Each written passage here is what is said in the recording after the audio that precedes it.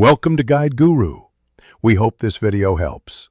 You start by making audio the priority. Open your screen record tool and enable both system sound and microphone.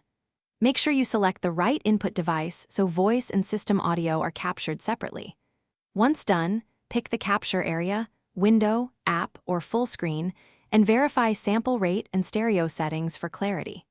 Press the short test record for 5-10 seconds to confirm levels. This first check prevents wasted footage and helps you adjust gain before the real take.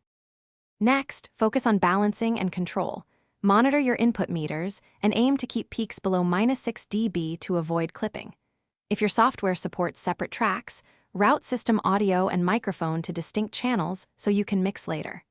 Apply gentle noise suppression or a low cut to remove hum and reduce gain if you hear distortion. Make sure notification sounds are muted or routed away. When levels look steady, do another short test while running the actual app to mimic real conditions. Finally, stop the recording and save a native project file so you can re-edit tracks later. Then export your master file using H.264 or similar with embedded audio tracks. When exporting, confirm audio bitrate and sample rate match your original settings to avoid sync drift.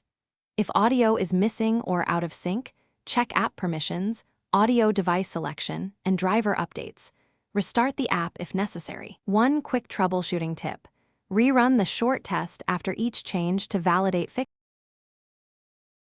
Thanks for watching. Consider subscribing if we helped you today.